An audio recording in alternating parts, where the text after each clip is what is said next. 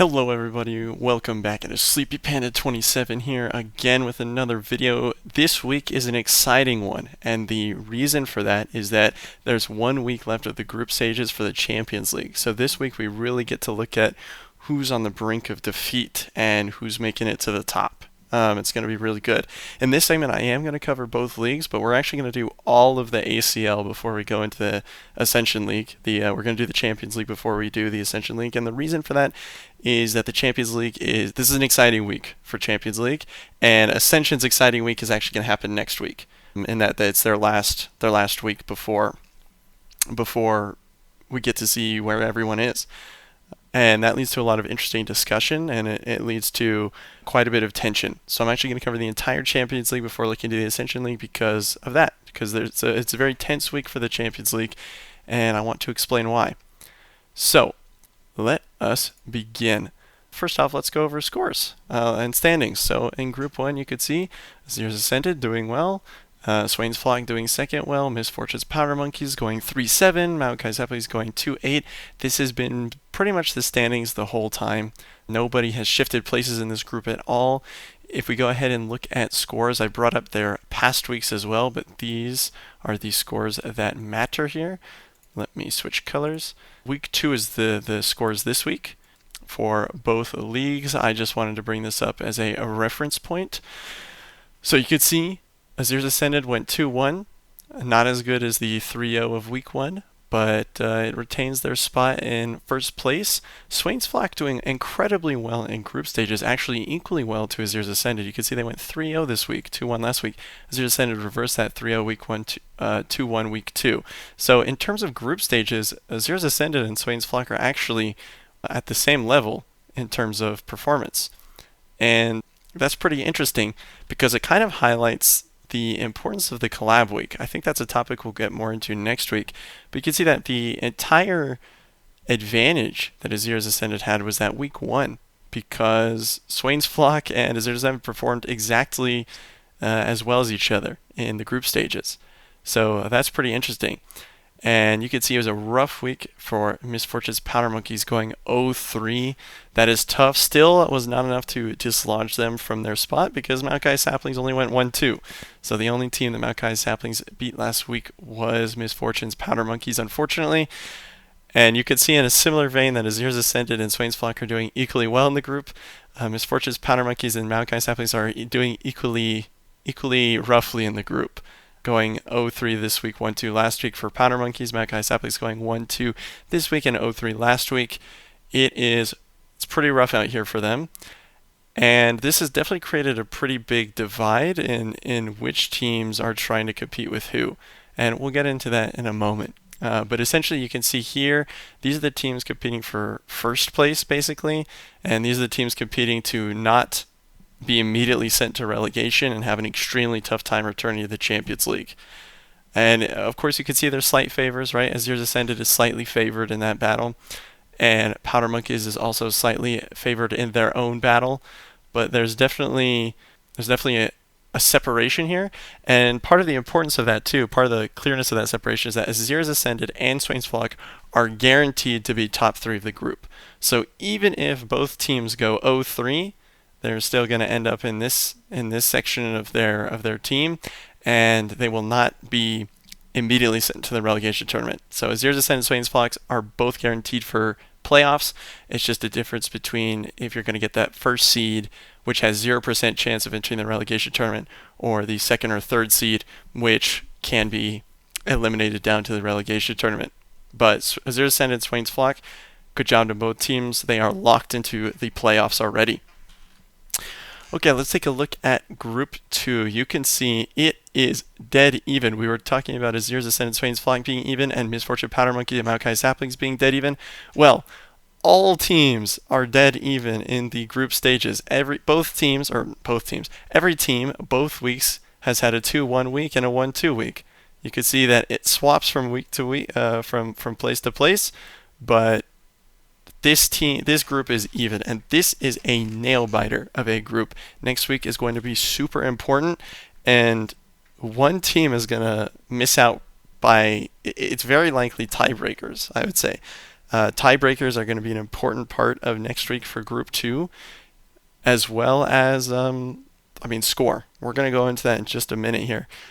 But you can also see, hey, there's one team with a very clear advantage going 6-4, and yet every team has done well in the group stages. Where did they gain that advantage? Oh, look again. Collab Week. Collab Week is where Lee Sin Dragon's advantage comes from. So for future Aegis participators and stuff like that, Collab Week is arguably, I'll probably make the case more next week once we actually see the standings, but I would argue that Collab Week is the most important week in all of Aegis. That first week where you have the opportunity to get 4 points, you have the opportunity to get ahead of your group by a significant amount. It's sort of an interesting week because, your wins don't mean another team in your group loses. So in the group stages, if you win, not only are you getting a win in this column here, in this wins column, but the team you beat is getting a loss. So it's sort of like a 2-point flip for beating teams in the group stages. But in Collab Week, your wins don't necessarily mean they're the other team's losses. And that actually I think makes it feel less impactful, right? If I win in a Collab Week, I'm only getting 1 point on all my teams. I'm not actually gaining the 2 points that I would by beating someone in my group, the 2-point swap, where I'm not giving them a loss. And that makes it interesting because that makes it feel like a relatively unimportant week in that, like, theoretically everyone in your group could go 4-0 and then you may as well have not had a Collab Week or 2-2 or whatever. But at the same time, we could see that the advantages that the best performing teams in their groups have, well, those advantages came from Collab Week. They didn't come from group stages. Arguably, skill-wise, the bottom 3 teams of Group 2 are all equal if we look at group stages. Actually, all equal if we look at this. But every team is equal if we look at group stages. And the top 2 teams in Group 1 are equal if we look at group stages. So the disparity really just comes from that Collab Week. So that's just an interesting thing I really wanted to point out. And yeah, so that's the current standings. That's the sort of interesting update on performance over the week and a little bit of discussion on the macro theory behind everything. Let us ask the crazy questions of what do teams need to do to guarantee their wins or losses. Okay, let's start with Group 1. So Group 1, Azir's Ascended. If Azir's Ascended goes 2-1 or better, they're guaranteed first place. So that's really what they're shooting for. They go 2-1 or 3-0, boom, they're first place. If they go 1-2, they actually still have a shot for first place, but it sort of comes down to the Azir's Ascended versus Swain's Flock game. So importantly, let's just take a hypothetical look at this for next week. If Azir's Ascendant goes 1-2, but they beat Swain's Flock, that means the best score Swain's Flock can do is 2-1. Okay? That will put Azir's Ascended at a 9-4. Yeah, 9-4. That will put Swain's Flock at 8-5. Okay? So this is probably getting covered up a little bit. My apologies. But essentially, if Azir's Ascended, all Azir's Ascended really needs to do is beat Swain's Flock. If they can beat Swain's Flock, they lock themselves for first place in the group almost no matter what. No matter what, they lock themselves first place in the group if they beat Swain's Flock. Now, if Azir's Ascendant goes 1-2 and they lost to Swain's Flock, but Swain's Flock also goes 1-2, they're still first place. Okay? So 1-2 does not necessarily mean that they get dethroned, but it is vitally important that Swain's Flock beats Azir's Ascended here. Okay? For Swain's Flock. If Swain's Flock beats Azir's Ascended and they beat one other team, they actually have a shot at locking themselves in first place. Okay? Now, it is going to be hard because most of the control, right? The control of who gets first is Azir's Ascended, right? It's Azir's Ascended's games to lose. Okay? It's their spot to lose. So even if Swain's Flock goes 3-0 this week, if Azir's Ascended goes 2-1, it still doesn't matter. So it's sort of out of Swain's Flock hand to an extent, but it's important that this match between Azir's Ascendant and Swain's Flocks will be vitally important for both teams' chances of getting first place. Okay, because if Azir's Ascendant wins that match, then they lock in first, easy, no questions, no chance of anything happening. But if Swain's Flock is able to beat Azir's Ascended, now they give themselves a lot of opportunity there. They give themselves a lot of opportunity. Azir's Ascended must beat both bottom teams in order to retain first at that point. So even though there's this disparity here, the most important match is going to come to the match between Azir's Ascendant and Swain's Flock. Okay, and it's important to note that Swain's Flock, even if they do their absolute best, they still don't guarantee themselves first spot. It actually still is in Azir's Ascended hand. Let's take a look at Misfortune Powder Monkeys and Maokai Saplings. What do they need to do to lock playoffs? Because remember that Azir's Ascendant and Swain's Flock are actually locked into first no matter what. So how do Powder Monkeys and Saplings compete? Because one of these teams is going home. They're not going to enter playoffs. Obviously, in that matchup too, their matchup is going to be really important. Okay, but it's important to know that if Saps go 3-0, they will lock themselves in third place, no questions asked. Okay, if they go 3-0, they will lock themselves in. Now let's take a look. Let's do some analysis on that. If they go 3-0, that puts them at 5-8. Okay, that means that the best that Monkey could have done. Let me do that. The best Monkey could have done was go 2-1 then. Okay, that also puts them at 5-8. So what's the difference? Well, at that point, Saplings would be winning the head-to-head. The head-to-head would be 2-1 over the course of all of Aegis. Currently, their score is 1-1. Okay, Misfortune's Powder Monkeys has beat Saplings once. Saplings has beat Misfortune's Powder Monkeys once. So because of that head-to-head, it does mean that if Saplings goes 3-0, they will guarantee themselves third place, no matter what, even if Monkeys goes 2-1. That's important because it also arguably means that both teams are in control of their own fates, so to speak. Okay, it means that if either team goes 3-0, they lock themselves in. They don't have to rely on RNG. They don't have to do any ands, ifs, or buts. They're locked in. And that's the only thing that will lock them in. Well, technically not the only thing. Obviously, if Misfortune's Powder Monkeys goes 2-1, the only chance they have of getting 3-0, of getting dethroned, is if Saplings went 3-0. Okay? This is a difficult scenario, but it does mean obviously it's Misfortune Powder Monkeys favored, right? If these two teams get the same score, going 2-1 or 1-2 or even 0-3, both teams, Misfortune Powder Monkeys is favored. So Saplings has to put in a bit more work, but it's important that both teams can guarantee it by going 3-0. That's what we need to look at. So there you go. There's the goals for the week. The goals for the top two teams here, the goals for Azir's Ascended is to beat Swain's Flock. The goal for Swain's Flock is to just do the best they can and pray. And then these two teams' goal is to go 3-0. They guarantee themselves, they lock it in if they go 3-0. And that's why Swain's Flock is relying on prayers. Even if Swain's Flock goes 3-0, Azir's Ascended can still beat them. So Swain's Flock needs to pray, do their best and pray. Azir's Ascended, all they need to do is beat Swain's Flock. And then Misfortune Powder Monkeys and Saplings have to get 3-0. That's what it is. So in a funny way, Swain's Flock actually has the least amount of control over their own fate.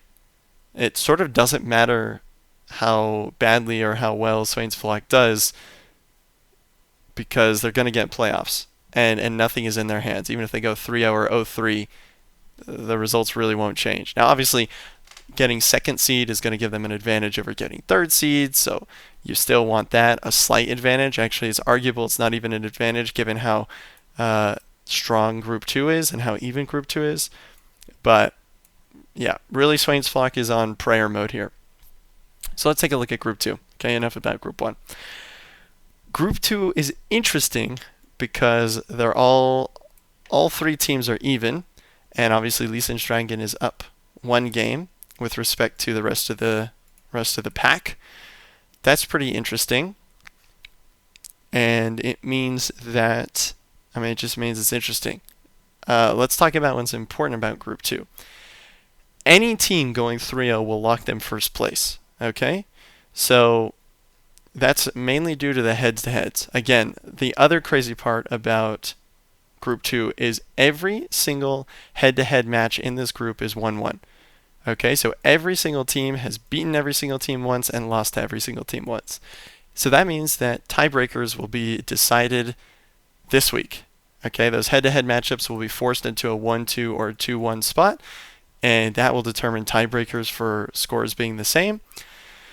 And that means that any team going 3-0 will guarantee themselves first place. Okay, let's imagine that Victor's Glorious Evolution goes 3-0. That puts them at an 8-5 score.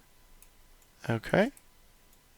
And Lee Sin's Dragons, that means the best score they can do is 2-1 at that point, right? Because they lost to Victor's Glorious Evolution. Hey, that also puts them at an 8-5. So that leaves them tied.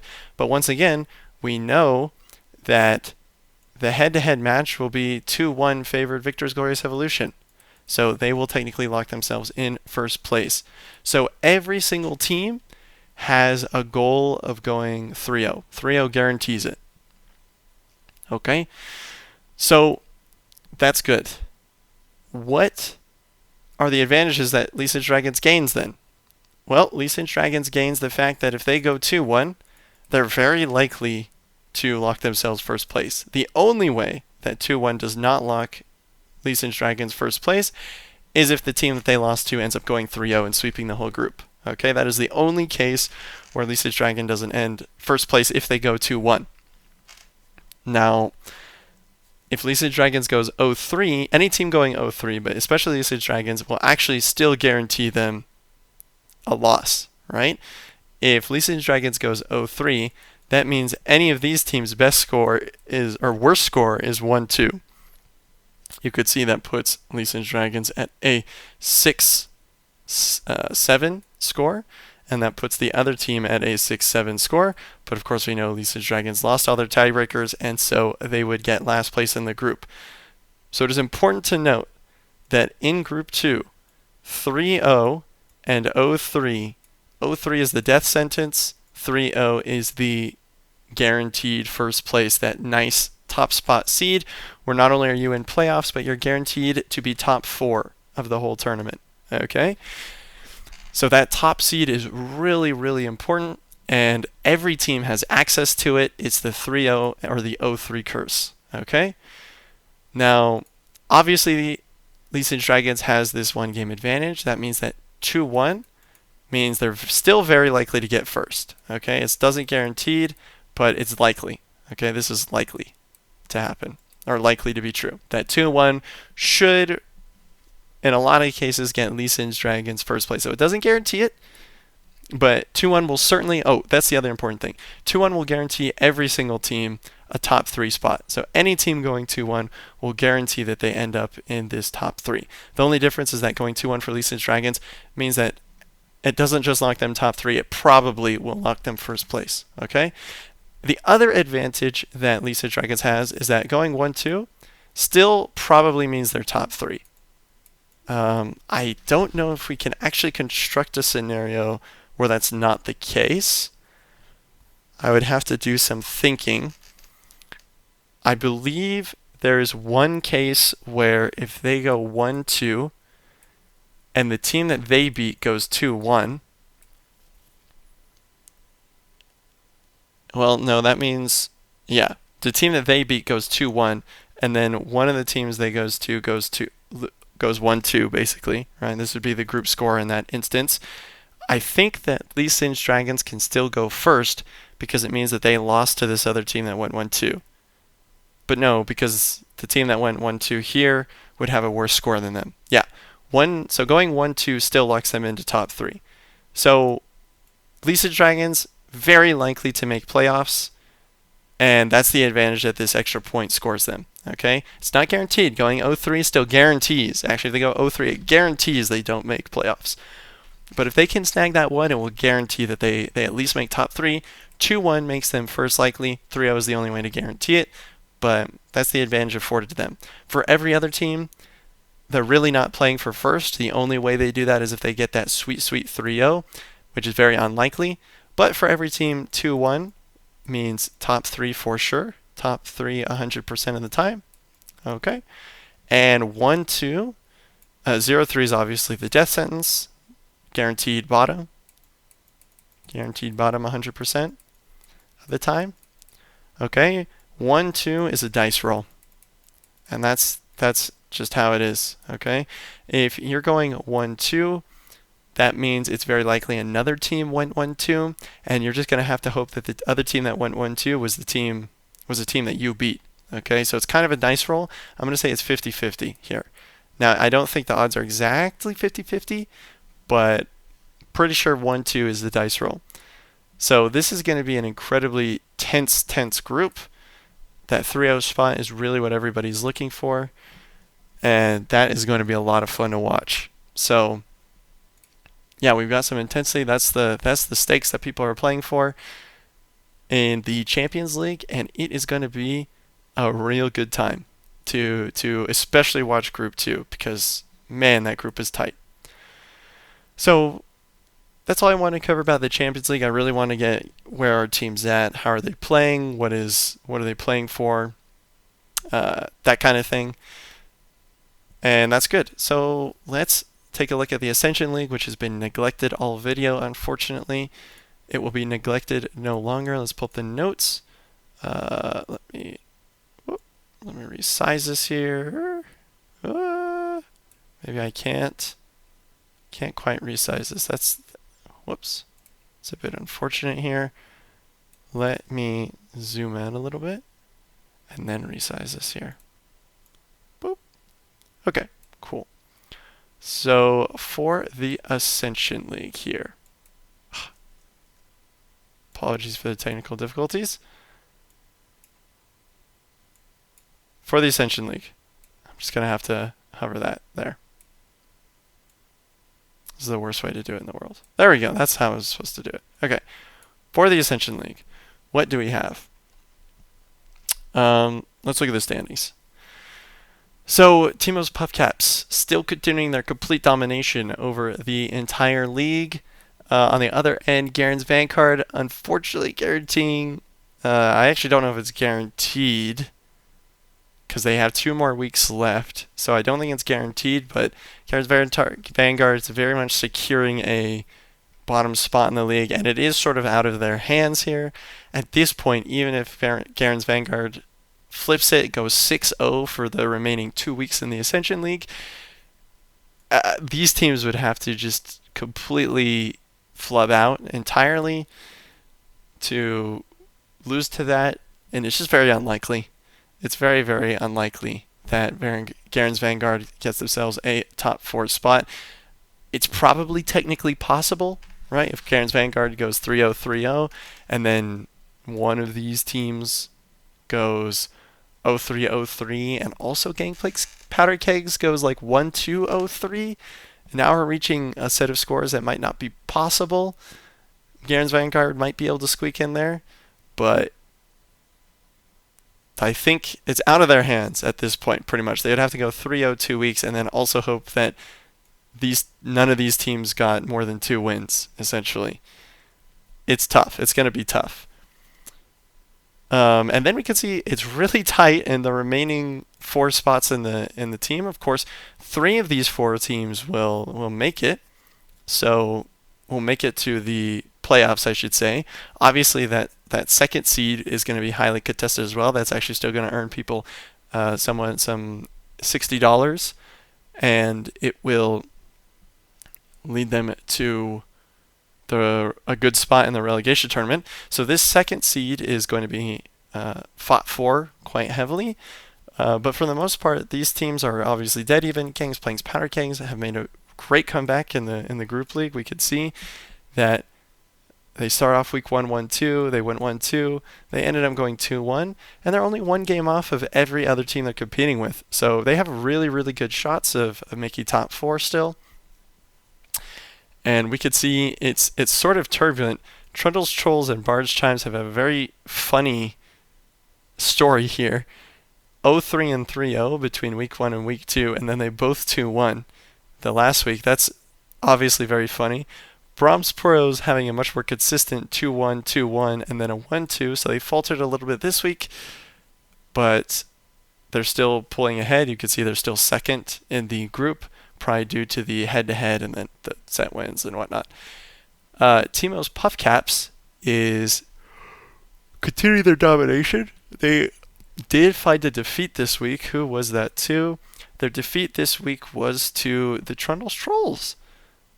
So congrats to Trundle's Trolls for taking a game off Puff Caps, the only team to do it so far.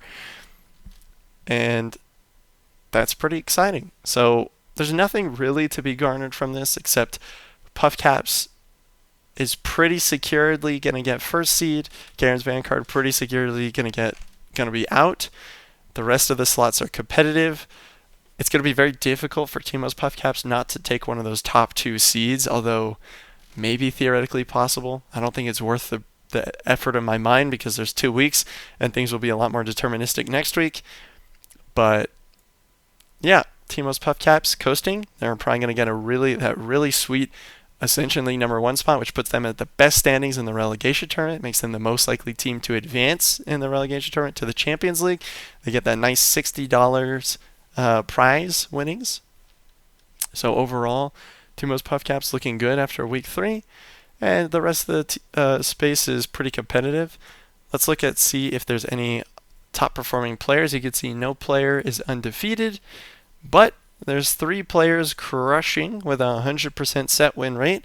You could see Mana in Teimo's Puff Caps doing the best of anyone, because even though Small Penguin and Kasai have a 100% set win rate, you could see Mana has played 6 sets. Mana's played every single week, has yet to be taken down in a set, has only lost a single game. And Aegis, excellent play here. If you want to copy lineups, maybe you should look at Mana. Mana's having quite a good success. Small Penguin coming in close, 4-0, so not as impressive as the 6-0, but still doing incredibly well. Also only 1 game taken off. Now, it's debatable whether or not 4-0 is on even terms or better than the 5-1 players. Obviously, the 5-1 players means they've also played every single week, right? Small Penguin has a sort of advantage over the 5-1 players in that Small Penguin hasn't had to play every single week. So you could debate that. Kasai, great player.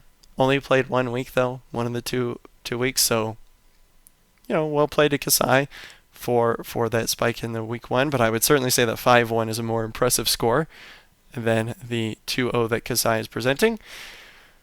And well played to these teams. Mana, huge shout-outs to Mana. Mana doing incredibly well in the Ascension League here. Big shout-outs to Small Penguin. Big shout-outs to Hayes, Johan, and Synergy, all having really, really good performances in these Ascension Leagues.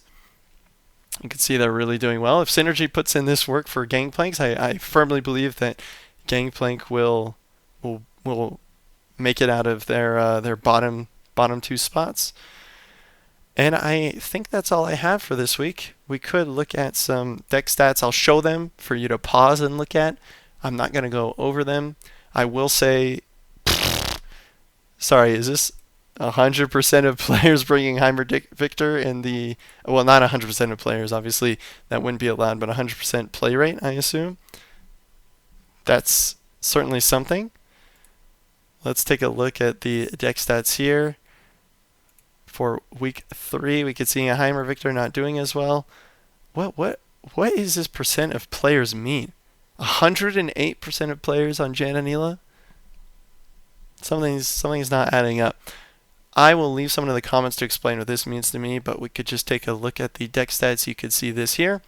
Funnily enough, something I did want to show. Janna, Nyla, Morgana, Udyr, Heimerdinger, Victor. You can see there's the 3 most brought decks in the Aegis League.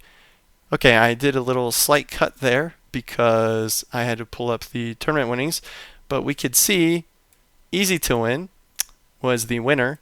Now, this doesn't actually, I don't think the ordering on this has to do with winners or placements, but you can see Easy to Win was the winner. What was the lineup? Heimerdinger, Victor, Janna, Neela, Morgana, Udyr. 3 most broad decks in Aegis League. Heimerdinger, Victor, at least Dr. Oh, wait. No, this is the Ascension League. Sorry. Janna, Nyla, Morgana, Udyr, Heimerdinger, Victor.